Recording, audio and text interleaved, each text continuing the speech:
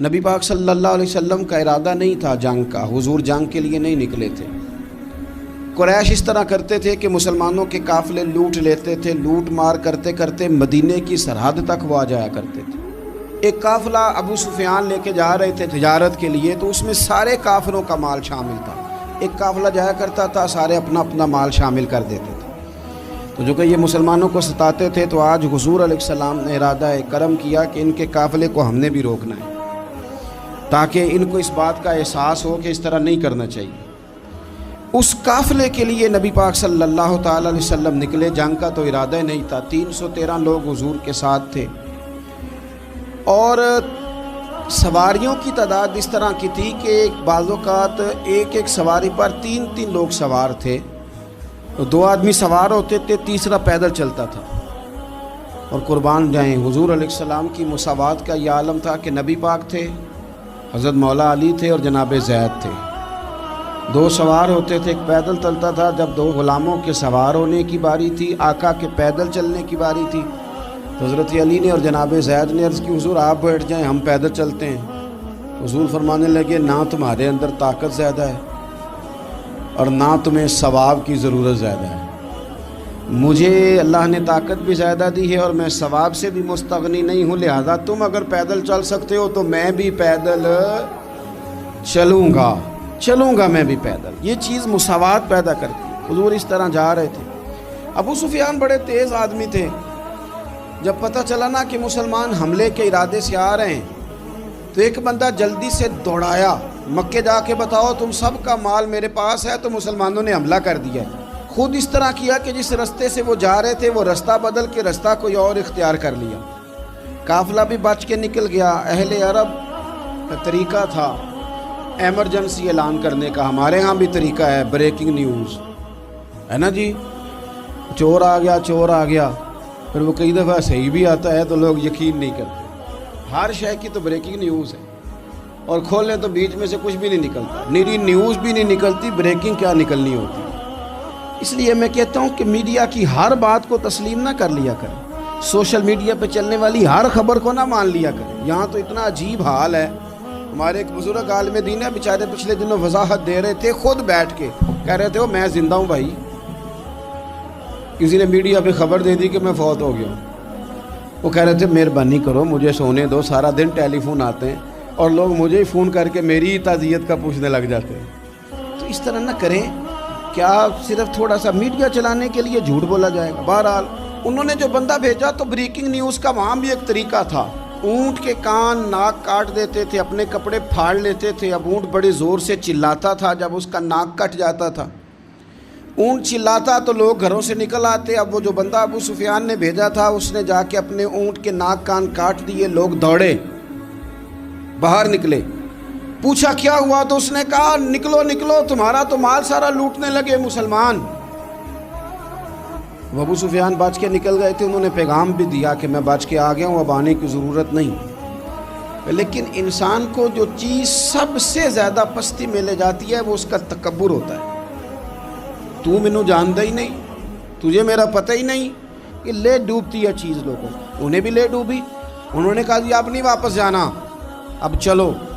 1000 کا لشکر، گانے بجانے والی عورتیں ساتھ، شراب کے مٹکے ساتھ، 10 اونٹ روز ذبح ہو رہے ہیں، سردار دعوتیں پکا رہے ہیں، گوشت بھونا جا رہا ہے۔ بدر میں پہنچ گئے، مسلمان بھی 313 پہنچ گئے۔ یہ ساری رات شرابیں پیتے، وہ ساری رات سجدے کرتے، یہ ناچ گانے سرور کی محفلیں سجتی اور وہ رسول پاک کی تقریر سنتے، حضور کے خطبات سے فیض یاب ہوتے۔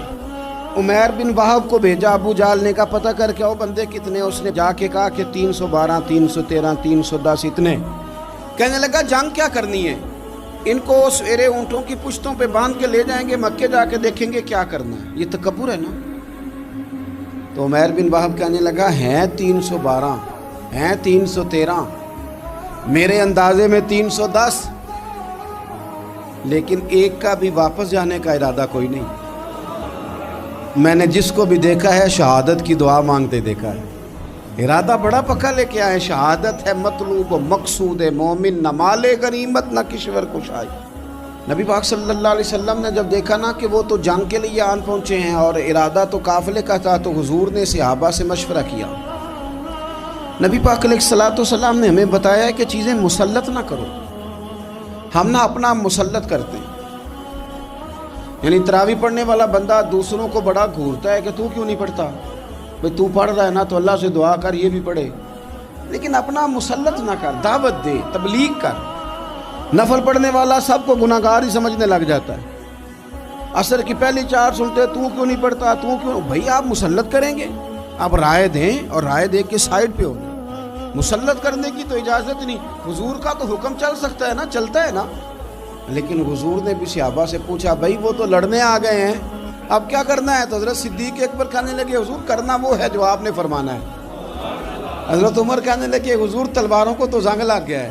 اور جناب علی شیر خدا مرتضیٰ مشکل کشا غل عطا، مولا کائنات فرمانے لگے حضور علی اور تلوار یہ تو رشتہ ہی بڑا پرانا ہے، تیاری کریں۔ حضور کا خیال تھا کہ انصار بھی تو بولے نا، یہ تو سب مہاجرین بول رہے ہیں۔ انصار کو جب سمجھ آئی نا کہ اشارہ ہماری طرف ہے تو حضرت سعد بن عبادہ اٹھے، کہنے لگے حضور آپ کا اشارہ ہماری جانب ہے؟ فرمایا ہاں۔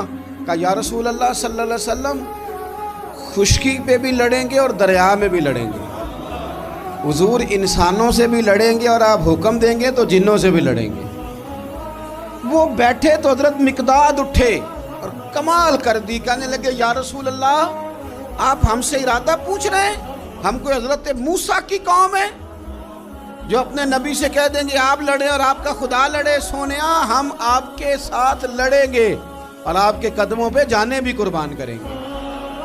نبی کا حکم ہو تو کود جائیں ہم سمندر میں اور جہاں کو محو کر دیں نعرہ اللہ اکبر میں۔ نہتے 313 بشر شوق شہادت میں نکل آئے تھے میدان میں، محمد کی قیادت میں نہ تیغ و تیر پہ تکیہ، نہ خنجر پہ نہ بھالے پر، بھروسہ ہے تو ایک سادی سی کالی کملی والے۔ نبی پاک صلی اللہ تعالیٰ علیہ وسلم نے جذبات سنے تو فرمایا چلو نہ چلیں، پر چھوٹے چھوٹے بچے واپس کر دو۔ ایک چھوٹے بچے تھے عمیر بن ابی وقاص، حضرت سعد بن ابی وقاص کے بھائی، زمین پہ لیٹ کے رونے لگے، سونے میں نے بھی جانا ہے۔ کمپیوٹر کے لیے نہیں رو رہے، موبائل کے لیے نہیں رو رہے، نئی سائیکل کے لیے نہیں، شہادت کے لیے۔ حضور میں لڑوں گا، اب مجھے لے کے تو چلیں۔ یا رسول اللہ میں طاقتور نکلوں گا، لے کے تو چلیں۔ ان کے آنسو دیکھ کے حضور نے فرمایا لے چلو نا ساتھ۔ فطرت مسکرا رہی تھی۔ حضرت سعد بن عبادہ ایک دوسرے سے کہہ رہے تھے ہم سے لڑنے آیا ہے ابو جہل، جس قوم کے بچوں کی شجاعت کا یہ عالم ہے، اس قوم میں علی کا کیا حال ہوگا اور امیر حمزہ کا کیا عالم ہوگا۔ یہ ہمارے ساتھ مقابلہ کریں گے یہ لوگ؟ اور چھوٹے اتنے تھے حضرت عمیر کے تلوار اپنے ہاتھوں سے اپنے گلے میں نہیں لٹکا سکتے تھے، وہ بڑے بھائی نے لٹکائی۔ میدان میں نکلے، حضور علیہ الصلوۃ والسلام نے تقریر کی، فرمایا تمہیں پتہ ہے تم کس جنت کی جانب جا رہے ہو؟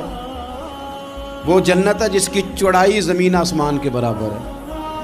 حضرت عمیر بن حمام انصاری ایک صحابی تھے، جب کریم نے فرمایا نا جنت کی چوڑائی، کسی چیز کی لمبائی زیادہ ہوتی ہے چوڑائی کم ہوتی ہے، جب فرمایا نا کہ چوڑائی زمین آسمان کے برابر ہے تو حضرت عمیر بولے، کہنے لگے واہ واہ واہ واہ واہ۔ کھجوریں کھا رہے تھے، حضور نے فرمایا تو بڑی واہ واہ کر رہا ہے، کہ سونیا اتنی جنت پیاری ہے تو ہم دور کیوں ہیں، یہ دینا ذرا تلوار۔ جلدی سے میدان میں نکلے، اللہ نے انہیں شہادت عطا فرمائی۔ رات ساری وہ مست رہے شراب کے نشے میں، اور حضور ساری رات مصلی پہ رہے، ساری رات دعائیں مانگی۔ پتہ کیا کہا؟ اے اللہ یہ میری کل کمائی تھی 313 جو میں لے کے آ گیا ہوں، اگر یہ ہلاک ہو گئے تو قیامت تک کون تیری عبادت کرے گا، ان کی مدد فرما۔ اور ایک رات پہلے صفیں بھی سیدھی کرائیں، بلکہ صفیں سیدھی کراتے حضرت سواد کے پیٹ پہ چھڑی لگ گئی تو انہوں نے کہا حضور بدلا دیں۔ حضور نے کپڑا ہٹایا تو انہوں نے وجود چومنا شروع کر دیا۔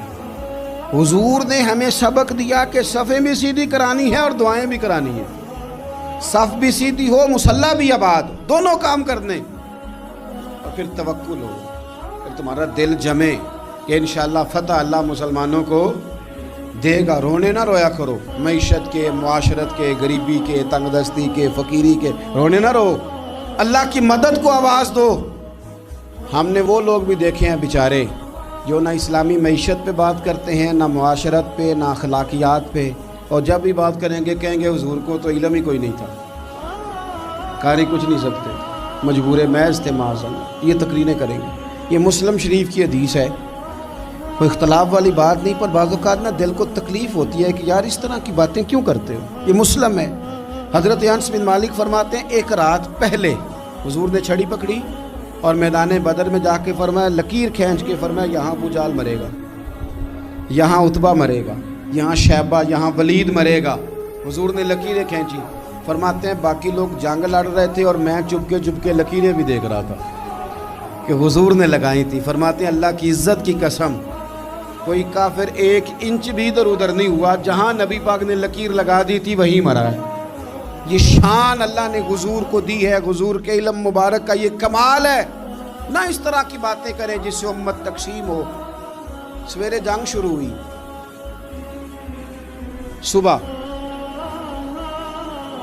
3 کافر میدان میں نکلے، عتبہ، شیبہ اور ولید، 3 انصاری مسلمانوں کی جانب سے مقابلے میں نکلے، لیکن وہ تکبر جو ہوتا ہے نا وہ جان چھوڑتا نہیں۔ تو ولید کہنے لگا، عتبہ شیبہ کہنے لگے ہم نے نہیں ان سے لڑنا، یہ تو ہمارے پائے کے ہی نہیں، کوئی قریش میں سے بھیجو، قریش میں سے۔ آپ نے کون سا ناراض ہونا ہے، ویسے چودھریوں کے بچے، سیٹھوں کے بچے کچھ بھی نہیں کر پاتے، کیونکہ ساری زندگی لوگ چودھری صاحب کہہ کے دماغ ہی نہیں ٹھیک ہونے دیتے، وہ رہ جاتا ہے کام سے ہی۔ میرے حضرت صاحب فرمایا کرتے تھے، میرے استاد جی، کسی گھر میں علم چلا جائے تو کئی دفعہ نکل آتا ہے، لیکن کسی گھر میں پیری مریدی چلی جائے وہ نہیں نکلتی، کیونکہ پیر کا بیٹا جس طرح کا بھی ہو لوگ پیر مان ہی لیتے ہیں۔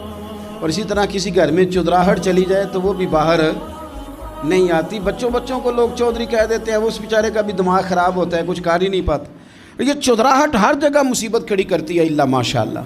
ولید کہنے لگا ہم نے نہیں لڑنا، یہ ہمارے پائے کے بندے پہ جو انصاریوں سے لڑے۔ تو فطرت مسکرا کے کہہ رہی تھی لگتا ہے تمہارا جلدی مرنے کا ارادہ ہے، ٹھیک ہے۔ پھر نبی کریم نے فرمایا ٹھیک ہو گیا، چلو۔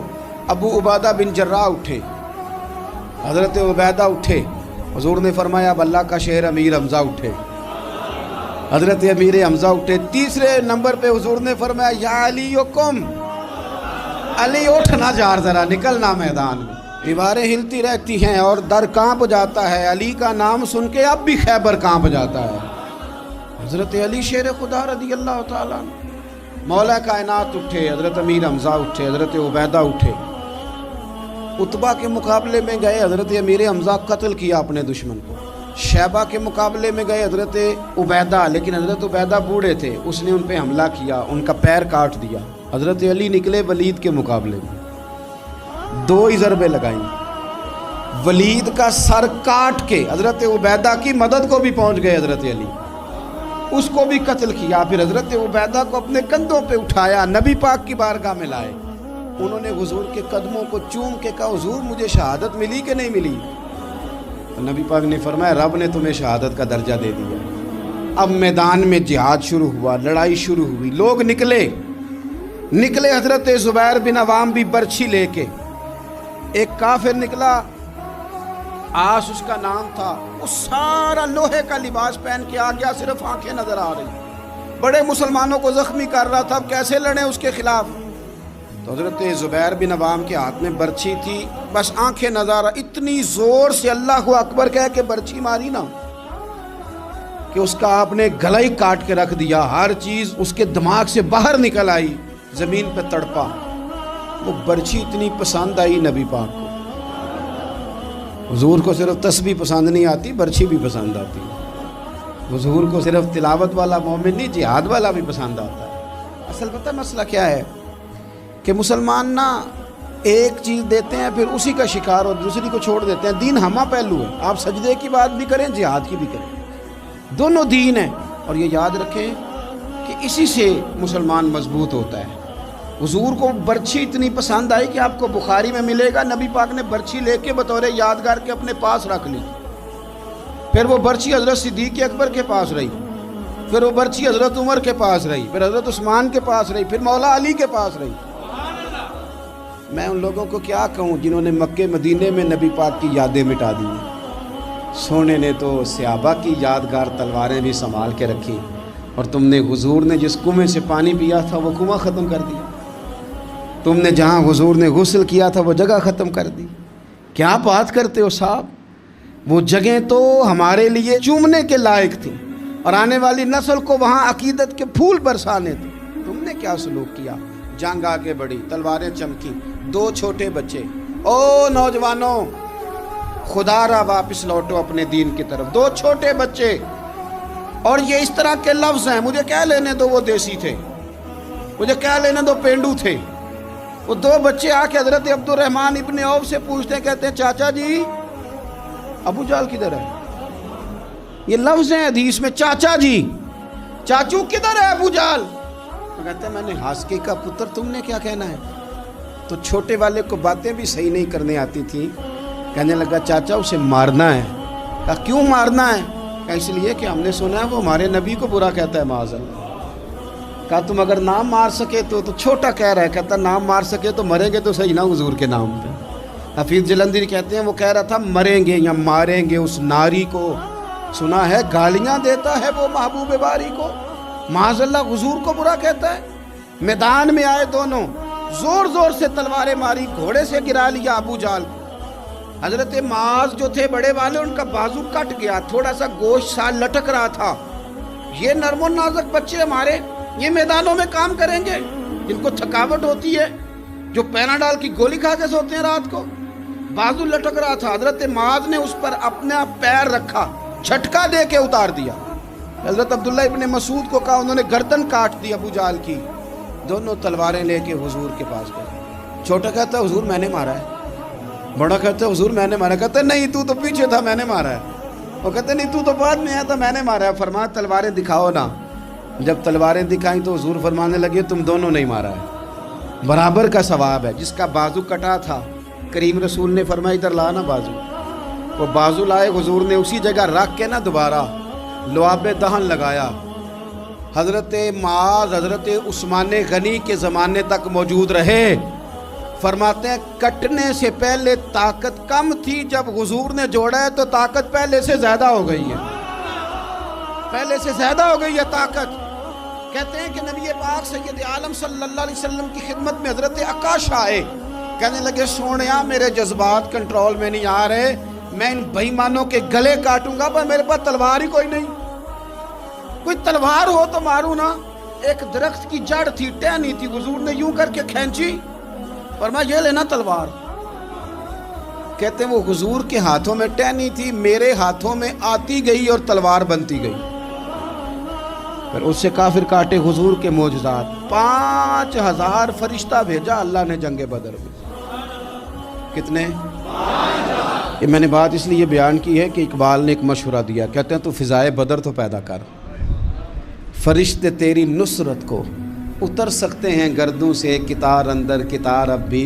اقبال کیوں ایسا کہہ رہا ہے؟ تو اقبال کہتے ہیں اس لیے کہ آج بھی ہو اگر ابراہیم کا ایمان پیدا تو آگ کر سکتی ہے انداز گلستاں پیدا۔ 5000 فرشتہ آیا۔